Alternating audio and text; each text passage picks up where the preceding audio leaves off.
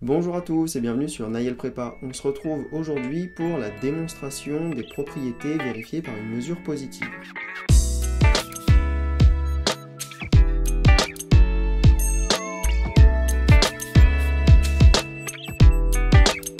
Alors si vous êtes là, vous avez sûrement suivi la précédente vidéo dans laquelle on introduit les notions de mesure positive et vous êtes donc intéressé par la démonstration des propriétés vérifiées par une mesure.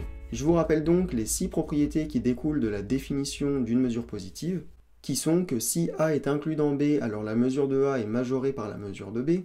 Si A est inclus dans B et que la mesure de A est finie, alors la mesure de B privé de A est égale à la mesure de B moins la mesure de A.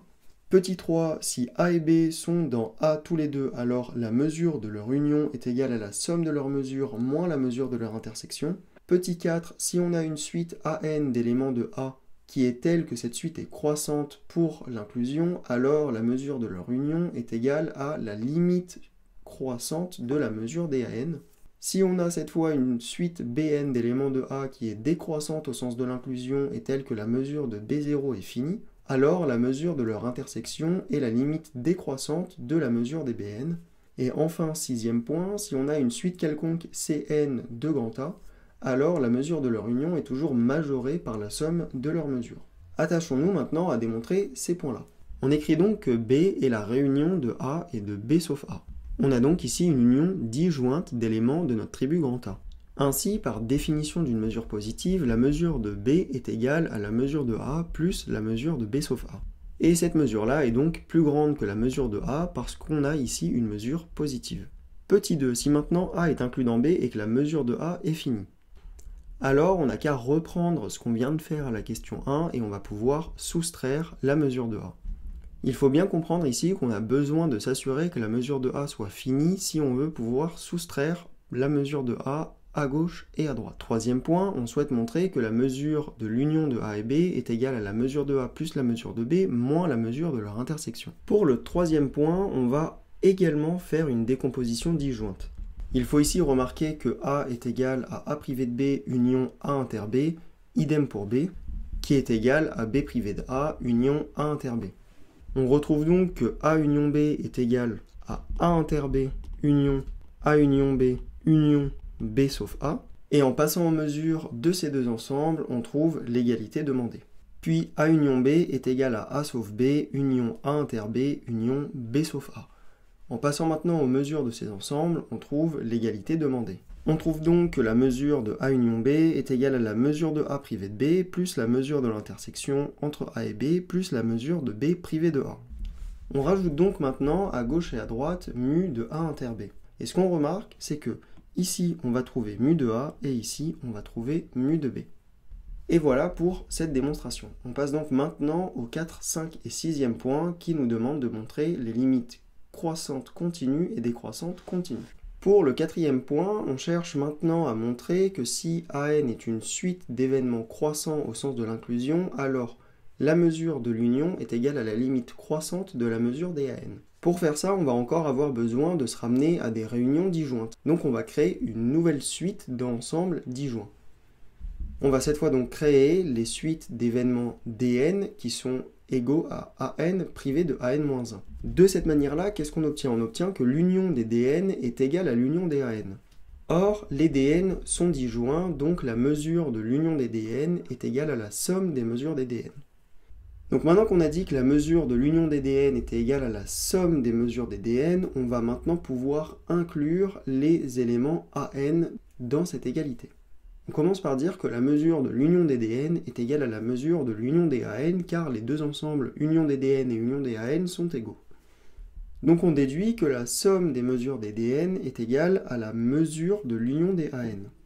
Toutefois, ce qu'il faut là encore remarquer, c'est que pour tout n, an est égal à la réunion des n plus 1 premiers éléments dn.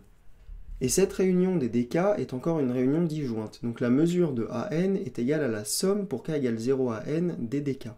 Donc la mesure de an est égale à la somme de la mesure des dk pour k allant de 0 à n. Et ceci nous permet donc de dire, par passage à la limite, que la somme des mesures de dn vaut la limite de la mesure de an. Et ainsi, on se retrouve bien à avoir l'égalité demandée, à savoir que la limite de la mesure DAN est égale à la mesure de la réunion DAN. Et donc voilà pour le point 4 de cette démonstration.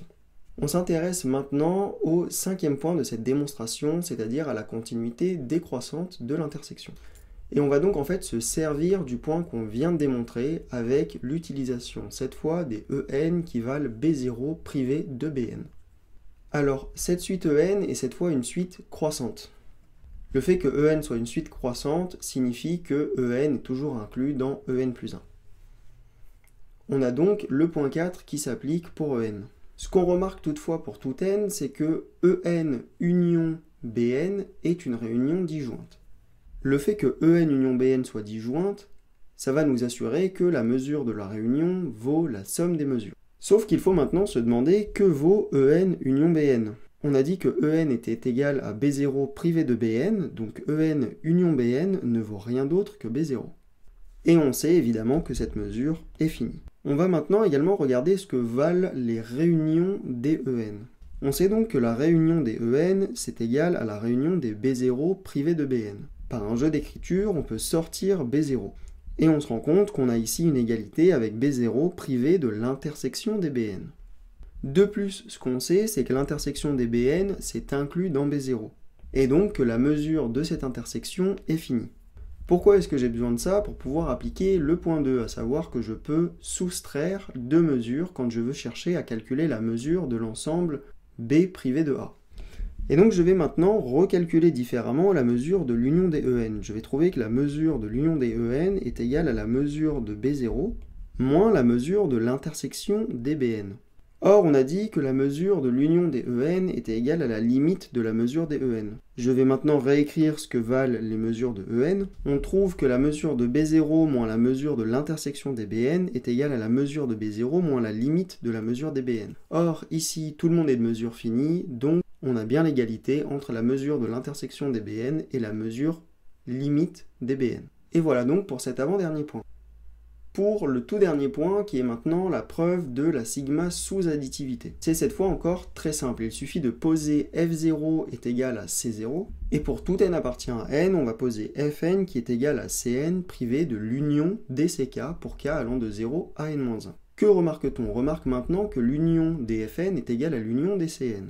Or, les fn forment une union disjointe. On a donc, par sigma additivité, le fait que la mesure de l'union des fn soit égale à la somme des mesures des fn.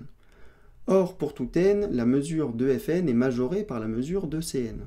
Donc on trouve ici que la somme des mesures de fn est majorée par la somme des mesures de cn. Or, à gauche, la mesure de l'union des fn est égale à la mesure de l'union des cn. Et on a donc prouvé le dernier point de cette suite de propositions.